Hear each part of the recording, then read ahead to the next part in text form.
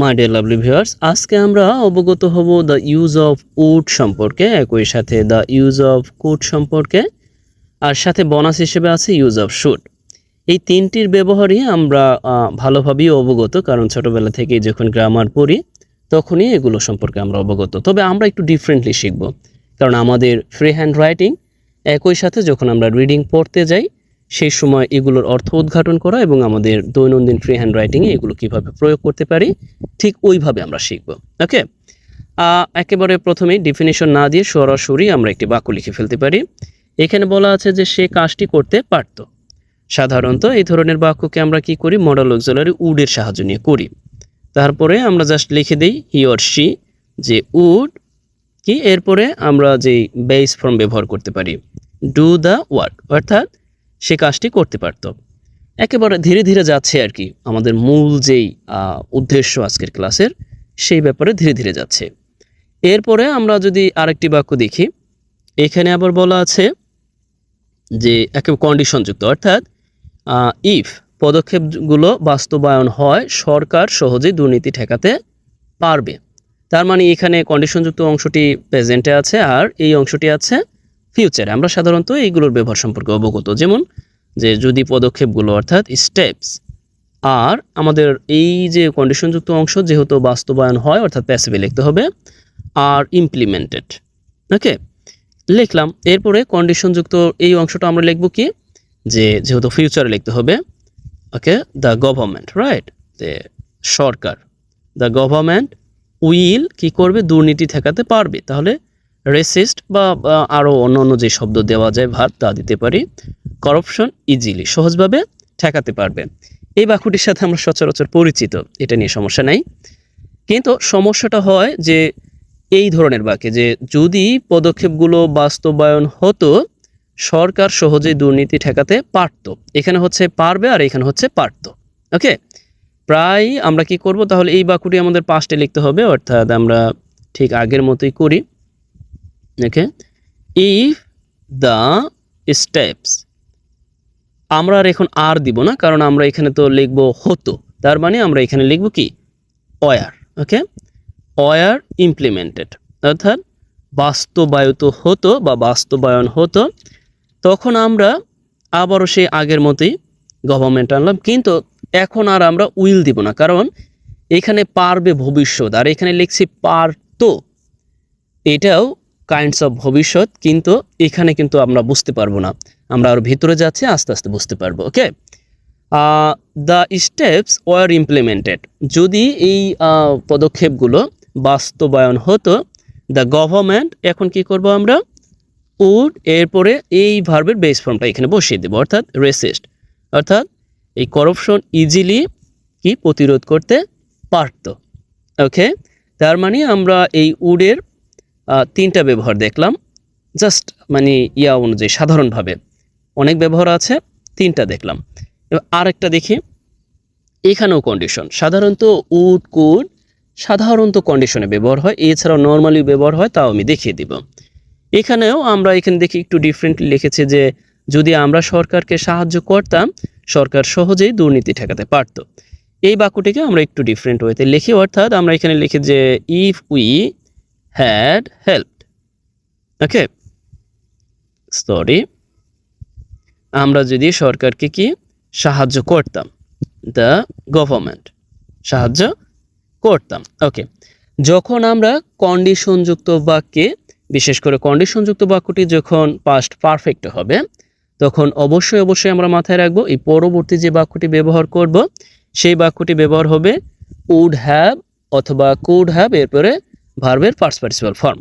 আমরা এগুলো জানি, এরপরও আবার রিপিট করছি, মূল রহস্যটা আরও পিছনে, আরও বাকি আছে। ওকে, তখন আমরা কি করতে পারি, এই যে সরকার সহজেই কি দুর্নীতি ঠেকাতে পারবে, অর্থাৎ এখানে আর যেহেতু গভর্নমেন্ট আছে, দয়া করে এখানে আর গভর্নমেন্ট দিতে হবে না, এখানে আমরা এর একটি প্রোনাউন ফর্ম ইট দিলাম।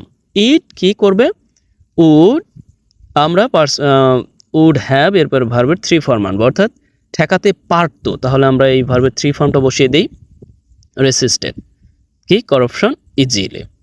তার মানে আমরা এই বিষয়টাকে অবশ্যই মাথায় রাখবো, যে যখন আমাদের এই কন্ডিশনযুক্ত অংশটি পাস্ট পারফেক্টে লিখছি তখন এই অংশটি অর্থাৎ উড হ্যাভ বা কুড হ্যাভ এরপরে ভার্বের 3 ফর্ম। এখন উড হ্যাভ বা কুড হ্যাভের মধ্যে কিছুটা পার্থক্য আছে, সে বা কিছুটা না, প্রায় অনেকটাই পার্থক্য, সেটা আমরা আস্তে আস্তে বুঝতে পারবো। ওকে, এরপরে আমরা আরও একটি বাক্য দেখি। অর্থাৎ আমরা এখানে দেখলাম অনেকটা কিছুটা নিশ্চয়তা বোঝাতে আমরা এই উডের ব্যবহারটা করছি। আবারও কিছু কিছু ক্ষেত্রে যে সম্ভাবনার ফলাফল বোঝাতেও আমরা উডের ব্যবহারটা করছি। আবারও উডের ব্যবহারটা এই ক্ষেত্রেও ব্যবহার করা যায়, অর্থাৎ উডের ব্যবহারটা অবাস্তবিক চিন্তার ক্ষেত্রেও ব্যবহার করা যায়। যেমন আমি যদি বড়লোক হতাম তাহলে গরিবদেরকে সাহায্য করতাম। এটা অনেকটা একটা ইয়ের মতো আর কি, আপনি বলতে পারেন যে মানে একটি ফলাফলের চিন্তা, মানে অতীত চিন্তা করা আর কি। ওকে, আমরা একটু লিখি তাহলে। এখানেও আমরা কি লিখতে পারি যে ইফ আই, ওকে, এটা আপনাদের জন্য কাজ দিয়ে দিলাম, এটা আমি করছি না। তাহলে আমি যদি বড়লোক হতাম গরিবদেরকে সাহায্য করতাম, করতে পারতাম বা করতাম, তার মানে আপনাদের জন্য কাজ ইতিমধ্যে দেওয়া হয়ে গেল। ওকে, এখন উডের একটু ব্যবহারে আসে, অর্থাৎ দ্য গার্ডিয়ান থেকে আমি উডের 3টি উদাহরণ নিয়েছি। এখানেই মূলত মূল রহস্যটা আছে। অর্থাৎ যখন পেপার পত্রিকা যখন আমরা পড়তে যাই বা আইএলটিএস রিডিং প্যাসেজ, তখন এই উডের অর্থটা আসলে কিভাবে আমরা বের করব। তার মানে উডের এই অর্থগুলো আমরা প্রথমে দেখে আসলাম, কি আবার একটু দেখি। এখানে হচ্ছে পারত, আর এখানে অর্থটা দিচ্ছে, এখানে কিন্তু উইল, এখানে কিন্তু উড ব্যবহার হয়নি, এখানে জাস্ট ফিউচারের তো আমরা বুঝবো, কিন্তু এখানে অর্থটা দিচ্ছে পারতো বা পারতেন, রাইট। তার মানে এই যে এখানে ব্যবহার হয়েছে, অর্থাৎ এইখানে যে দ্য গার্ডিয়ান এডিটোরিয়ালসে ব্যবহার করা হয়েছে এই উড, অর্থাৎ এই উডের অর্থটাও কি পারতেন বা অনেকটা ফিউচার বোঝাচ্ছে। আমি একটু পড়লেই বুঝতে পারবেন। ওকে, আমরা একটু পড়ি যে ইফ দিস ওয়ার অ্যাচিভড, অর্থাৎ যদি এইগুলো বাস্তবায়ন বা অর্জন করা যেত, তার মানে যদি এইগুলো অর্জন করা যেত, দ্য গভর্নমেন্ট উড ফরওয়ার্ড। ওকে, আমরা জানি যদি এই যে কন্ডিশনযুক্ত অংশটি পাস্ট হয়, অর্থাৎ অক্সিলারি ভার্ব ওয়াজ ওয়ার অথবা ভার্বের টু ফর্ম অথবা পাস্ট ফর্ম, তখন আমরা এই অংশটির অর্থাৎ পরবর্তী বাক্যের কন্ডিশনযুক্ত পরবর্তী বাক্যের কি উড বা কুড এরপর ভার্বের বেস ফর্ম।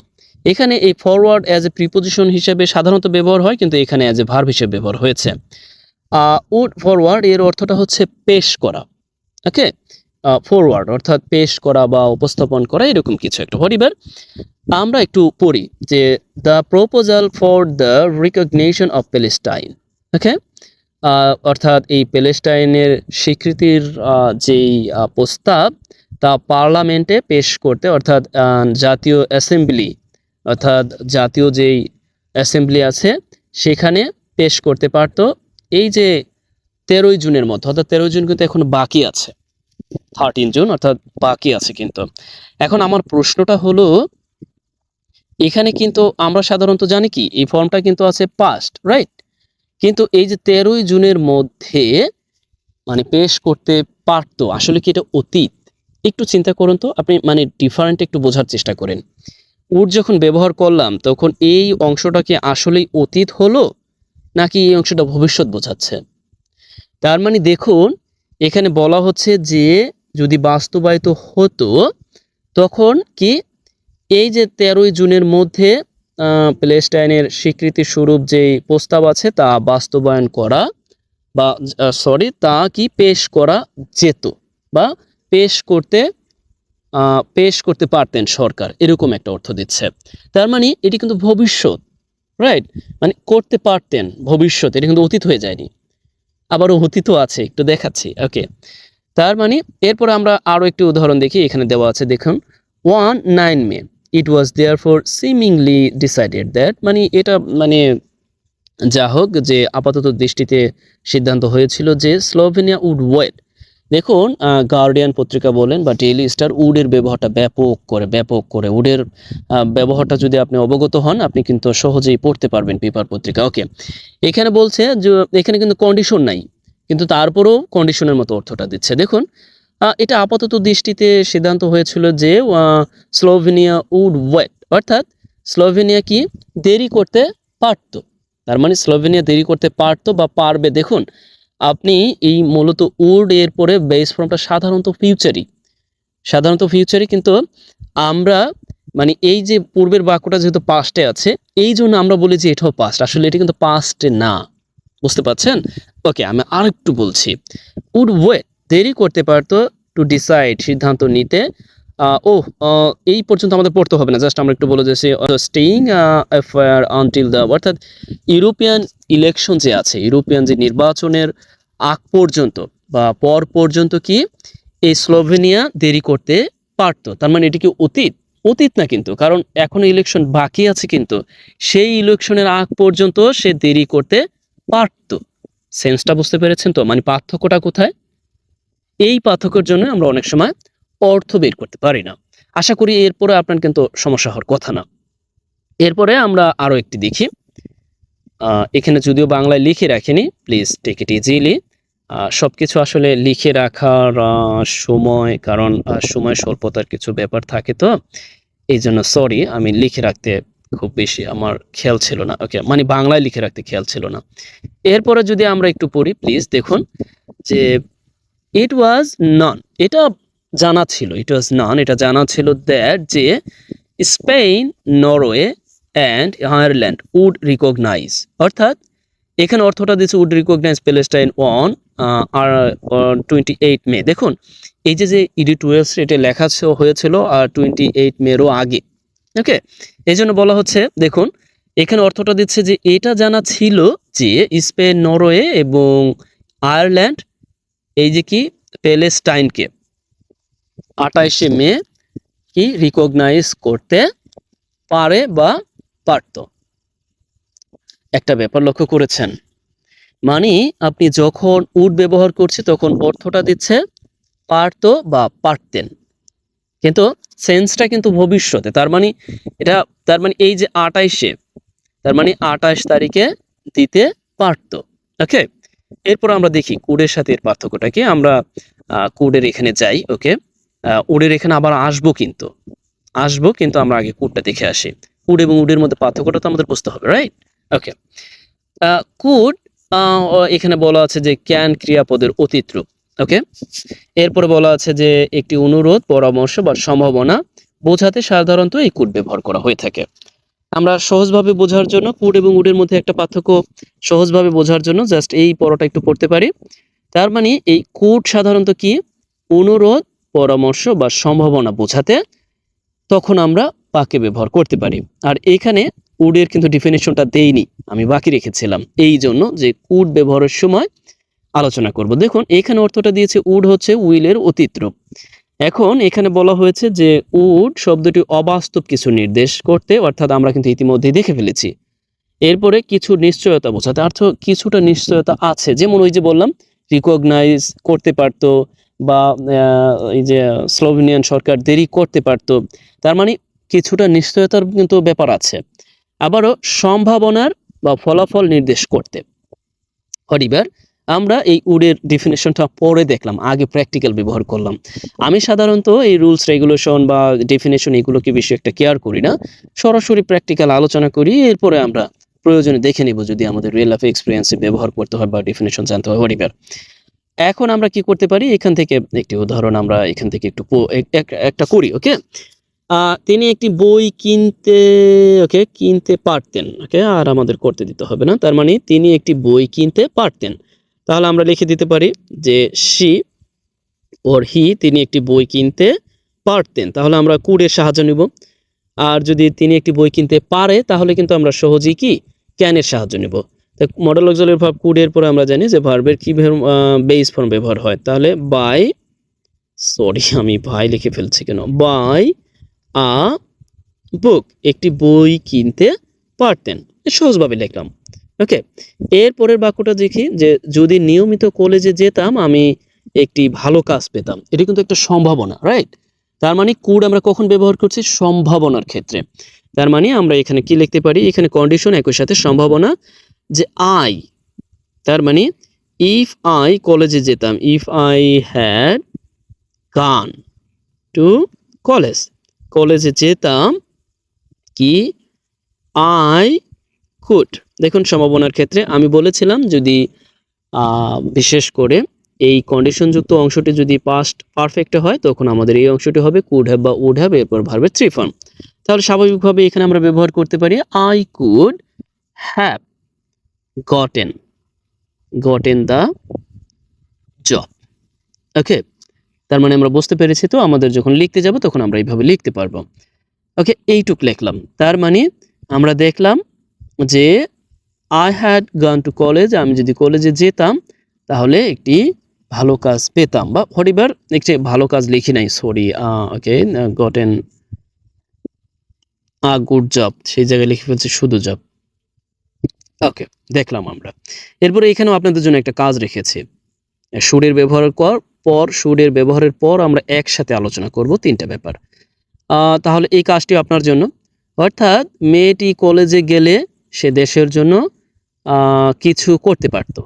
তার মানে এই কাজটিও আপনাদের জন্য। আপনি এখানে এই বাক্যটি লিখে দিতে পারেন, লিখে এরপর ইংরেজি লিখতে পারেন, অথবা আপনি চাইলে এই বা শুধু ইংরেজিটা লিখে দিতে পারেন, সমস্যা নেই। তবে এখানে নাম্বারিং করবেন 2, কারণ অন তো আপনাদের দেওয়া আছে।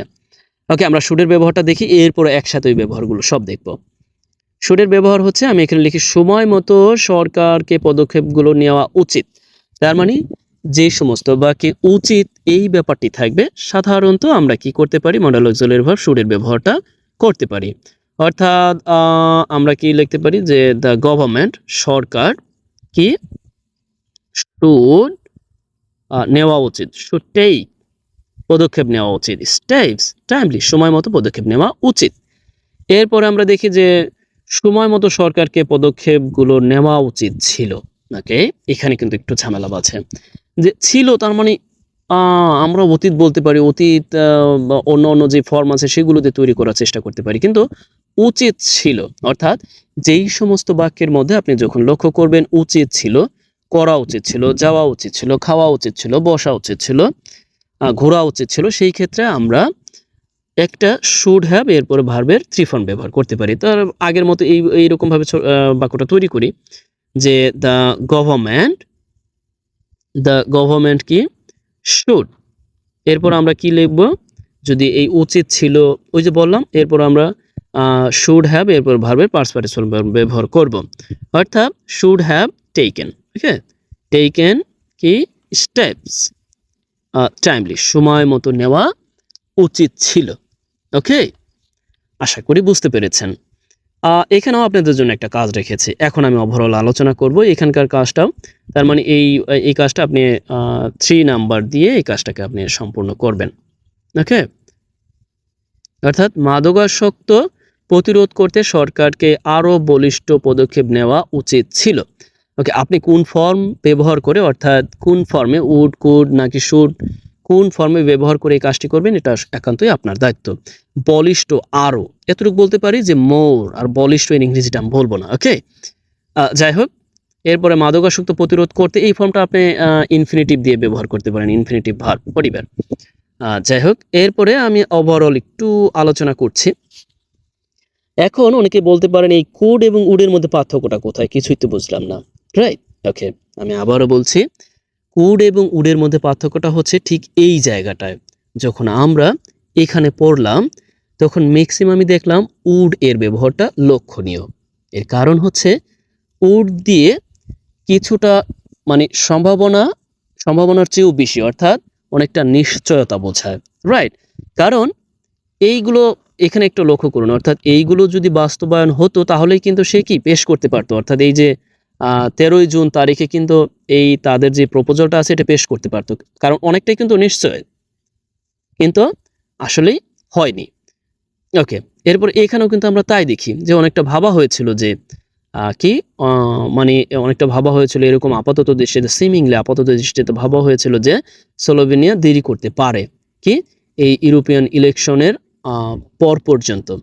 তার মানে এখানেও দেখুন, অর্থাৎ আমরা প্রায় লক্ষ্য করছি এখানে কিন্তু কুড ব্যবহার করা হয়নি, উড ব্যবহার করা হয়েছে। অর্থাৎ কুড এবং উডের মধ্যে পার্থক্যটা এখানেই যে কুড হচ্ছে সম্ভাবনা বোঝাতে এবং সাজেস্ট করতে, বুঝতে পেরেছেন তো? সাজেস্ট করতে, সম্ভাবনা বা অনুরোধ বোঝাতে আমরা কুড ব্যবহার করব, আর উড ব্যবহার করব আমরা কখন, অনেকটাই নিশ্চয়তা আছে, মানে কুডের চেয়ে বেশি নিশ্চয়তা আছে, এরকম অর্থে। এরপরে আমরা কি করতে পারি, অর্থাৎ এরপর আমরা একটু দেখি যে ইট ওয়াজ নন দ্যাট, যে এটা জানা ছিল যে এ করতে পারে বা করতে পারত। দেখুন আমরা এই উড এবং কুডের ব্যবহার নিয়ে আমার একজন শ্রদ্ধেয় বড় ভাই, আমি তাকে বড় ভাই বলবো, আমার এই চ্যানেলে তিনি নিয়মিত, তিনি আমাকে একবার বললেন যে ভাই আমি এগুলোর ব্যবহার নিয়ে কিছুটা দ্বিধাদ্বন্দ্বে। যাই হোক, আমি আশা করি আজকের পর থেকে আপনার দ্বিধাদ্বন্দ্বটা কেটে যাবে। এখন প্রশ্নটা হলো, অনেকেই বলতে পারেন যে শুধু কুড এর পরে আপনি এই ফর্মটা দেখাচ্ছেন, কুড এর পরে প্যাসিভ ফর্মও আছে, যেমন কুড, আমরা যদি একটু দেখি, কুড হ্যাভ বিন, এরকমও আছে, রাইট? আবারও শুড হ্যাভ বিন। আসলে আপনি যদি কুড হ্যাভ, উড হ্যাভ এর অর্থটা বা ওই ফর্মটা বুঝতে পারেন, এই প্যাসিভ ফর্মের অর্থটা বুঝতেই পারবেন। এর কারণ যে প্যাসিভ এবং অ্যাক্টিভ, আমরা জানি যে প্যাসিভ এবং অ্যাক্টিভ এইগুলো কিন্তু ভিন্ন কিছু না, অর্থাৎ বাক্যটাকে জাস্ট একটু এদিক ওদিক পরিবর্তন করা হয়েছে। এবং কিভাবে করা হয় অনেকে প্যাসিভ সম্পর্কে অবগত আছেন, এই জন্য আর আলাদাভাবে আলোচনা করলাম না। তারপরে যদি কেউ মনে করেন যে প্যাসিভ ফর্মেও এই মডেল অক্সিলারি ভার্বগুলো আলোচনা করে দেন, তাহলে আমি করে দিতে পারি, কিন্তু আমি চাচ্ছি যে ক্লাসটিকে কিছুটা শর্ট করতে আর আপনাদের কাছে আরও বোধগম্য করে তুলতে। আশা করছি এই উড এবং কুডের ব্যবহার নিয়ে আপনার সমস্যা থাকার কথা না। ওকে, প্যাসিভ ফর্মেও যদি থাকে তখন আপনি এইভাবেই অর্থ বের করবেন, রাইট? ওকে, যাই হোক, আজকে তাহলে আমাকে এখানে শেষ করতে হচ্ছে। যাওয়ার আগে আমি আবার বলছি, আপনার জন্য কাজ হচ্ছে যে আমি যদি বড়লোক হতাম, গরিবদেরকে সাহায্য করতাম বা করতে পারতাম, এটা। আর দ্বিতীয়ত, কুড দিয়ে আপনার জন্য কাজ হচ্ছে মেয়েটি কলেজে গেলে দেশের জন্য ভালো করতে পারত। এরপরে সুর দিয়ে আপনার জন্য কাজ হচ্ছে মাদকাসক্ত প্রতিরোধ করতে সরকারকে আরো বলিষ্ঠ পদক্ষেপ নিতে বা নেওয়া উচিত ছিল। দেখুন, আপনি যদি আমার দেওয়া কাজ নিয়মিত করতে পারেন, আমি চ্যালেঞ্জ করছি আপনাকে, আপনি 6 মাস পর নিজেকে আবিষ্কার করুন এবং আমার দেওয়া নিয়মিত কাজ করুন। আমি চ্যালেঞ্জ করছি আপনি ভালো করবেন। তবে এতটুকু বলতে পারি, এতটা চ্যালেঞ্জ করছি না যে আপনাকে অবশ্যই ভালো করবেন। এর কারণ হচ্ছে আপনি যদি নিজে চেষ্টা না করেন তাহলে আমার এই পদক্ষেপ ফেল করবে এবং আমার যে কষ্ট, অবশ্যই কষ্ট হয়, কারণ আমাকে তথ্যগুলো সংগ্রহ করতে হয়। এই যে দ্য গার্ডিয়ান থেকে সংগ্রহ করেছি, তারপরে ক্যামব্রিজ, অক্সফোর্ড, এখান থেকে এই ধারণাগুলো নিতে হয়। দেখুন, আমার যেই নিজস্ব অভিজ্ঞতা আছে, সেই অভিজ্ঞতাগুলো আমি কিন্তু সাধারণত পূর্বে শিখেছি কি আমাদের দেশীয় যারা আছে তাদের কাছ থেকে। কিন্তু অ্যাকুরেসি মেনটেন করতে গিয়ে আপনার সামনে যখন আমাকে উপস্থিত করতে হচ্ছে, তখন কিন্তু অবশ্যই আমাকে সেই ইংরেজি বইগুলো পড়তে হচ্ছে। এই ব্যাপারটুকু আসলে বোঝাতে পারবো না যে এখানে কিন্তু সময় সাপেক্ষ ব্যাপার। আমি যদিও আগে আমার নিজের অভিজ্ঞতাকে কাজে লাগিয়ে ভিডিও তৈরি করছি, কিন্তু এখন দেখলাম যেহেতু আমার ভিডিওগুলো আপনাদের একেবারে এটাকে হচ্ছে পাবলিক, মানে অনেকাংশ অনেকের কাছে চলে যাবে, অনেক অভিজ্ঞ ব্যক্তি হতে পারে বা অনেক জানাশোনা ব্যক্তি হতে পারে, তাদের কাছে খটকা লেগে যেতে পারে যে আমি নিজে যদি কিছু বানায় বলতে যাই। এই জন্য অ্যাকুরেসির ব্যাপারটাকে মেনটেন করতে গিয়ে আমাকে বিভিন্ন সোর্সের সাহায্য নিতে হচ্ছে। এই জন্য আমি বলবো যে আমার এই কষ্ট যাতে বিফলে না যায়, আপনারা অবশ্যই আমার দেওয়া কাজ নিয়মিত যদি করেন বা নিয়মিত করতে পারেন, আপনার সাফল্য বা আপনি যা করতে চাচ্ছেন বা লিখতে চাচ্ছেন বা এক্সামিনেশন বা আইএলটিএস এক্সাম, সব দিকেই আপনি ভালো করতে পারবেন বলে আমি আশা ব্যক্ত করি। যাই হোক, আজ আমাকে এখানে শেষ করতে হচ্ছে। যাই হোক, ভালো থাকুন। Best wishes for you.